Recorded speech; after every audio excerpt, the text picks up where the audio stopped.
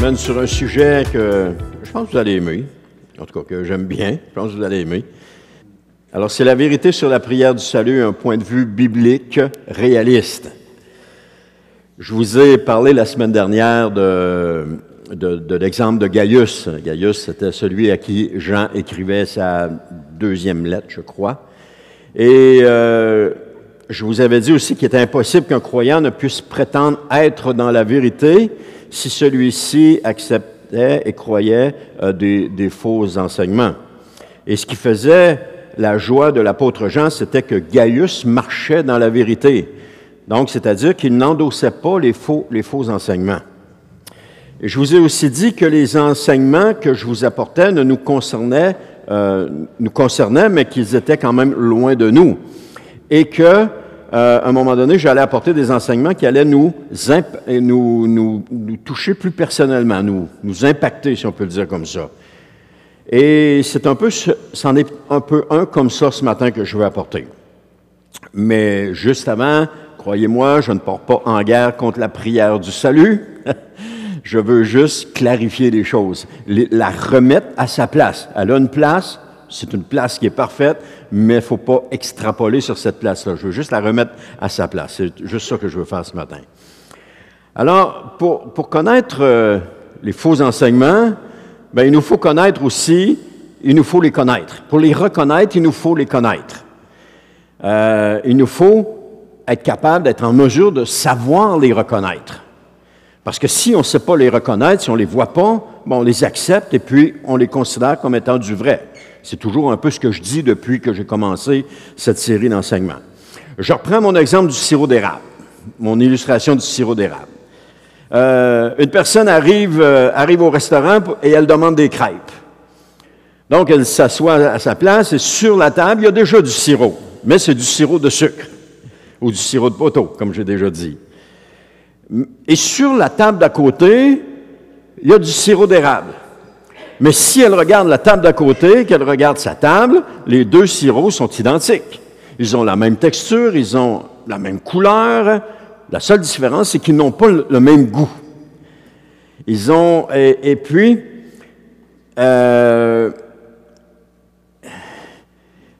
mais... Pourquoi la table d'à côté avait du sirop d'érable et la table de cette personne-là avait du sirop de sucre? C'est parce qu'avant que la personne ici arrive, l'autre table à côté est arrivée avant, puis ils avaient demandé avec leur crêpe d'avoir du sirop d'érable. Parce qu'ils connaissaient le goût du sirop d'érable. Ils savaient que le goût du sirop d'érable était supérieur au goût du sirop de sucre. Il était bien meilleur. Et c'est pour ça qu'ils en avaient demandé. Mais l'autre personne ici, elle ne savait pas ça.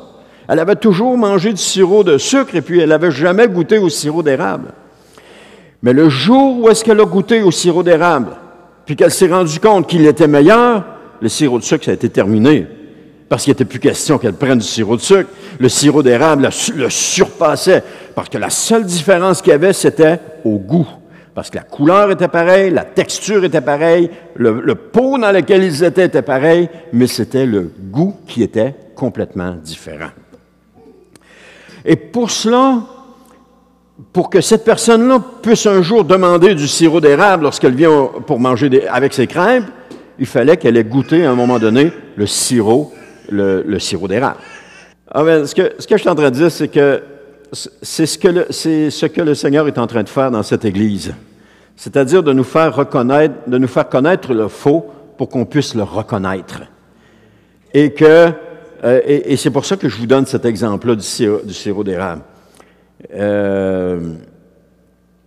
Pour qu'on soit en mesure de reconnaître le vrai du faux. Goûtez le sirop d'érable et vous ne voudrez plus jamais du sirop de sucre. J'ai fait le test à un moment donné. Chez nous, il n'y a que du sirop d'érable. Et puis, j'ai fait le test à un moment donné. Il y avait je ne sais pas ce qu'on était, quelqu'un qui avait demandé des crêpes. Il amène tout le temps un petit casseau. Et puis, j'ai dit, ça goûte quoi, ça? Ça faisait longtemps que je n'avais pas pris. J'ai mis mon doigt dedans, puis j'ai goûté, là. Ah, c'est tellement mauvais. À comparer au sirop d'érable. Ben, mais quand tu ne connais pas le sirop d'érable, il est bon. C'est correct, il est bon. Amen. Alors, on doit apprendre à les reconnaître et nous devons savoir quels sont les faux enseignements pour aussi les reconnaître et ne pas se laisser prendre par cela. Alors aujourd'hui, je veux vous parler de l'une d'elles, c'est celle qui dit que la prière du salut sauve les gens. On l'a entendu et nous y croyons on l'a entendu puis nous y croyons. Aussi, nous l'appliquons aussi comme si c'était une vérité biblique, c'est-à-dire, fais ta prière de salut, puis tu vas être sauvé. Mais à la lumière des Écritures, c'est peut-être pas tout à fait exact. Je ne remets pas en doute, comme j'ai dit tantôt, le bien fondé de la prière de repentance. Toutefois, je veux seulement que les choses soient claires. Je veux seulement qu'elle ait sa place, puis qu'on comprenne bien la place qu'elle a, pour l'utiliser comme il faut. C'est ça le but ce matin. Parce qu'une chose est importante, c'est que la vérité doit être dite pour que nous puissions la connaître. Et trop souvent, nous nous taisons parce que nous ne voulons pas froisser. On ne veut pas toucher au dogme, on ne veut pas toucher à ce qui est fortement établi parce qu'on ne veut pas froisser personne. Mais en réalité, la vérité est perçue plus comme inconfortable et perturbante, tandis que le mensonge est vu comme un moyen de maintenir une illusion rassurante. Mais ce n'est pas là qu'on veut rester. Ce n'est pas dans ça qu'on veut rester. On est appelé à la vérité. Jésus a dit, vous connaîtrez la vérité et la vérité vous affranchira. Et la vérité nous rend libres, tandis que le mensonge nous rend prisonniers. Toute notre vie, nous avons été dans le mensonge et nous avons été retenus esclaves du mensonge. Mais lorsque Jésus est venu, qui nous a libérés, on a goûté la liberté. Mais le mensonge nous gardait esclaves, la vérité nous a libérés. Et c'est un peu la même chose. Et c'est pour ça que la vérité dérange tant. C'est qui? Je lisais, comment il s'appelle? Martin Luther King. Il a dit, les ténèbres ne peuvent pas chasser les ténèbres. Seule la lumière peut les chasser. Alors, ça résume un petit peu ce que je suis en train de dire. Alors, voici pourquoi la vérité dérange tant. Jésus est venu disant la vérité et ils l'ont crucifié. Jean-Baptiste a dit la vérité à Hérode et Hérode l'a fait assassiner. Il y a toute une histoire autour de ça, mais Hérode l'a fait assassiner pareil. Alors, soyons pas comme ces gens. Aimons la vérité et déclarons la vérité. C'est tellement important que nous marchions comme Gaius dans la vérité, que nous affectionnions la vérité. Parce que la vérité, c'est la parole de Dieu. Et la parole de Dieu ne peut pas être utilisée si on la distorsionne. Il faut qu'elle soit utilisée comme étant la vérité. Laissons-nous instruire concernant le faux pour que nous puissions apprécier le vrai. Alors maintenant, d'où origine la croyance de la prière du salut qui sauve les gens? Alors, comme tous les autres enseignements, je vais vous fournir cette semaine sur l'annonceur des documents qui vont vous permettre d'approfondir un peu plus le sujet. Je prends plaisir à le faire parce que je sais que dans une prédication de 30 à 35 minutes, il n'est pas possible de donner toute l'information que j'ai. Alors, je la compile dans d'autres documents et je les envoie. Alors, si vous prenez le temps de les lire, vous allez recevoir quelque chose de plus. Et la fausse croyance que la récitation d'une simple prière de salut qui garantit automatiquement le salut des âmes trouve ses racines dans l'histoire récente du christianisme, c'est-à-dire en particulier dans certains mouvements évangéliques du 19 et 20e siècle. Et nous ne retrouvons pas ce modèle ni dans le Nouveau Testament, ni dans les pratiques de l'Église avant le 19e et 20e siècle.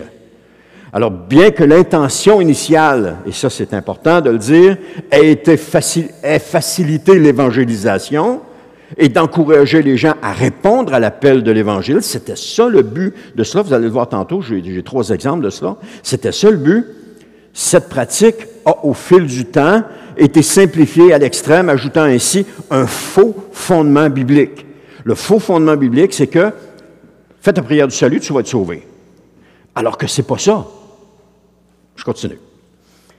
C'est-à-dire que nous en sommes venus à croire que si une personne fait sa prière du salut, ou de repentance, bien, elle est sauvée. Alors, les origines historiques de cela. D'abord, on retrouve ça chez Charles Finney et le mouvement de réveil du 19e siècle. On estime, environ 500 000 personnes qui sont venues au Seigneur sous son ministère. C'est pas peu dire. Avec les moyens de communication qu'il avait à l'époque, ça fait beaucoup de monde qui sont venus au Seigneur. Charles Finet était un avocat qui est devenu prédicateur.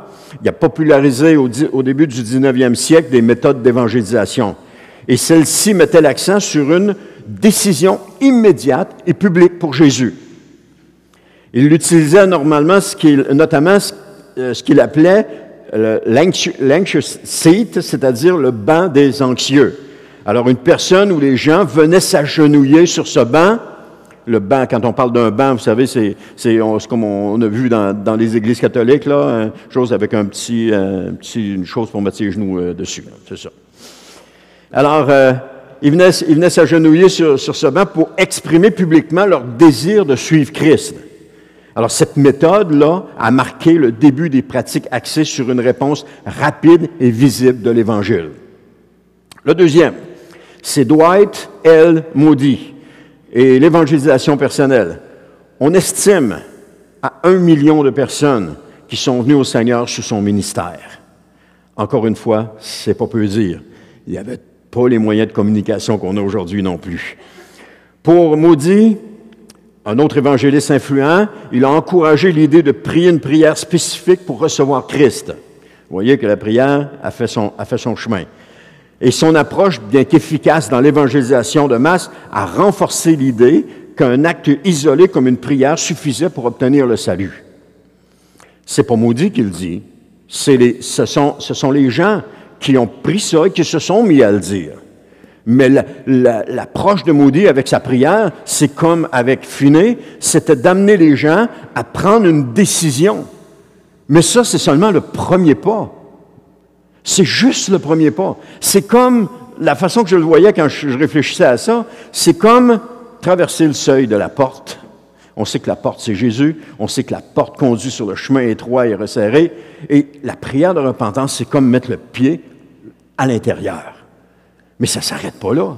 Vous savez, vous et moi, que la vie chrétienne ne s'arrête pas là. La vie chrétienne est un processus de changement à l'intérieur de nous. Alors que nous marchons avec Christ sur ce chemin étroit, ou resserré, je ne m'en souviens jamais, on marche sur ce chemin-là, et Christ nous accompagne sur ce chemin-là, c'est le chemin qui conduit à la vie éternelle. Et Christ nous accompagne là-dedans. Alors, la prière de repentance, c'est comme le premier pas, on entre. Ensuite de ça, le troisième et dernier, c'est Billy Graham et le développement de la prière du salut. On estime, tenez-vous bien, à 2 à 3 millions de personnes qui sont venues au Seigneur sous son ministère. Lui, il avait des moyens de communication qui n'étaient pas ceux qu'on a aujourd'hui. Il n'y avait pas Internet à son époque. C'est arrivé après lui. Mais lui, il remplissait des salles. D'ailleurs, Moody faisait la même chose. Finet remplissait des salles aussi lorsqu'il se présentait quelque part pour apporter l'Évangile. Les gens avaient soif d'entendre l'Évangile. Et au 20e siècle, Billy Graham a popularisé l'utilisation d'une prière de salut à la fin de ses croisades. Vous vous souvenez, vous avez tous vu comme moi des vidéos où, à la télévision, alors que Billy Graham fait l'appel au salut et que les gens descendent des estrades en foule et qui s'avancent en avant pour venir faire la prière de repentance à l'intérieur. Et dans ces messages, il invitait les gens à accepter Christ en récitant une simple prière, et je pourrais vous la dire, c'était une simple prière comme celle-ci, c'était « Seigneur Jésus, je sais que je suis un pécheur et je te demande pardon pour mes péchés. Je crois que tu es mort pour mes péchés, que tu es ressuscité des morts. Aujourd'hui, je me détourne de mes péchés. Je t'invite à venir dans mon cœur et dans ma vie. Je veux te faire confiance et te suivre comme mon Seigneur et Sauveur. Merci de m'avoir aimé, de m'avoir pardonné, de m'avoir donné la vie éternelle. Au nom de Jésus, Amen. » Ce que Billy Graham faisait, c'est qu'il prenait la main des gens et disait « Entre. Entre avec moi ici, là. Entre sur le chemin. » C'est comme si le Seigneur Jésus prenait les gens et disait « Entre ici. » Et cette prière de repentance, c'est ce qui permettait ça. Parce que pour venir à Jésus, il faut reconnaître notre péché. Il faut être capable de demander pardon pour notre péché, notre vie passée, de la façon que nous avons vécu sans Dieu. Et ça, lorsqu'on demande pardon, nous savons tous que Dieu nous pardonne. Parce que celui qui avoue ses fautes est pardonné. Et lorsque nous demandons pardon, Dieu nous pardonne. Et il restaure notre vie.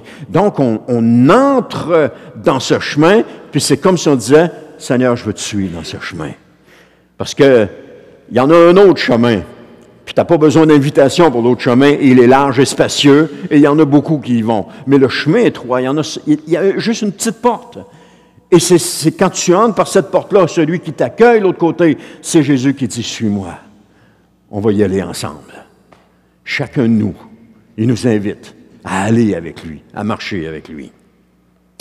Alors, bien que Billy Graham insistait sur la nécessité de la foi sincère et la repentance de assez nombreux auditeurs, et bien sûr, il y en a qui ont réduit cette pratique à un simple rituel, mais ce n'était pas l'intention de Billy Graham lorsqu'il faisait ça.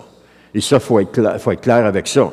Parce que Billy Graham encourageait toujours les nouveaux croyants à lire la Bible régulièrement, à prier chaque jour pour développer une relation personnelle avec Dieu ou avec Jésus, à se joindre à une église qui enseigne la Bible et à témoigner de leur foi auprès des autres. Billy Graham ne faisait pas faire la prière de repentance, disait « Voilà, parfait, t'es sauvé ». Non, il y avait ce cheminement-là que Billy Graham invitait à commencer. Commence ce cheminement-là. Et ces étapes reflétaient sa conviction que la prière de salut est un point de départ vers une vie de foi, d'obéissance à Christ. C'est ça que je vous dis depuis le début. Alors, la croyance de la prière de salut qui sauve s'est ensuite répandue dans la chrétienté et principalement dans les milieux pentecôtisants et charismatiques. Donc, la prière de salut telle que nous la concevons est une compréhension erronée du salut, c'est-à-dire la prière de salut qui sauve, c'est une compréhension erronée du salut. Parce que cette fausse croyance s'est répandue en grande partie parce qu'elle est simple, rapide, puis facile à expliquer. Mais cependant, elle repose sur des malentendus bibliques. Et c'est juste ça que je veux faire, replacer les choses, remettre la prière de repentance à sa place. Je vous l'ai dit tantôt, je vous le répète encore, la remettre à la bonne place qu'elle doit avoir, et non pas la prendre comme « Ah, tu as fait ta prière de repentance, t'es sauvé, parfait ». On a trop connu de personnes qui sont venues au Seigneur, qui ont fait la prière de repentance et qu'aujourd'hui continuent à vivre leur vie comme si de rien n'était et qui se croient sauvés parce qu'un jour ils ont fait une prière de repentance. C'est un petit peu touché, là. Donc, la prière de repentance telle qu'elle est conçue aujourd'hui, elle réduit le salut à un acte unique. Et beaucoup croient que réciter la prière de salut équivaut à être sauvé instantanément, sans inclure la repentance, la foi continue et l'obéissance à Christ. Ce sont des choses tellement importantes. On ne peut pas passer à côté. Et ça transforme un processus de transformation spirituelle en un événement ponctuel. C'est-à-dire, tu as fait ta prière de repentance, tu es sauvé, vas-y, tu es correct. Lorsque les apôtres sont venus à Jésus, ils ont entrepris, il n'y avait pas de prière de repentance qui se faisait à ce moment-là. Les gens venaient à Jésus puis commençaient à suivre Jésus. Et lorsque les apôtres, sur l'invitation de Jésus, sont venus à lui, ils sont entrés dans un chemin de transformation, dans un chemin qui allait les transformer. Et on le voit avec chacun d'eux. Thomas, qui était incrédule, a commencé à croire en Jésus beaucoup plus après la résurrection. On voit aussi que Jean, qui était le fils du tonnerre, est devenu l'apôtre de l'amour, tellement il a été transformé par Jésus. Pierre, qui était présomptueux, est devenu un apôtre qui était convaincu de sa foi en Jésus. Pourquoi? Parce qu'ils ont marché avec Jésus. Ils lui ont fait confiance. Ils l'ont suivi sur le chemin. Ils sont allés avec lui.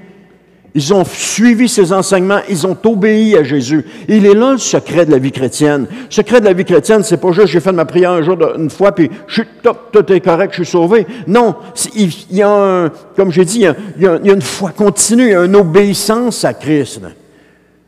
Et c'est notre relation avec Jésus qui change la situation, qui fait la différence. Parce que si j'ai une relation avec Jésus, je vais vouloir quoi? Je vais vouloir le meilleur. Je vais vouloir faire ce que Jésus me demande. Et si je fais ce que Jésus me demande, j'entre dans un processus de transformation parce que Jésus ne veut pas me laisser tel que je suis. Parce que ce que je suis le fruit du péché qui m'a corrompu pendant toutes ces années. Et aujourd'hui, Jésus me prend et dit, je vais te remettre comme tu as été créé initialement. On va remettre les choses en place. Je sais que je n'atteindrai pas la perfection dans ce monde, mais je sais par contre que lorsque je vais entrer dans la vie éternelle, le cheminement va être accompli. C'est là que je vais goûter au meilleur, je pense en tout cas.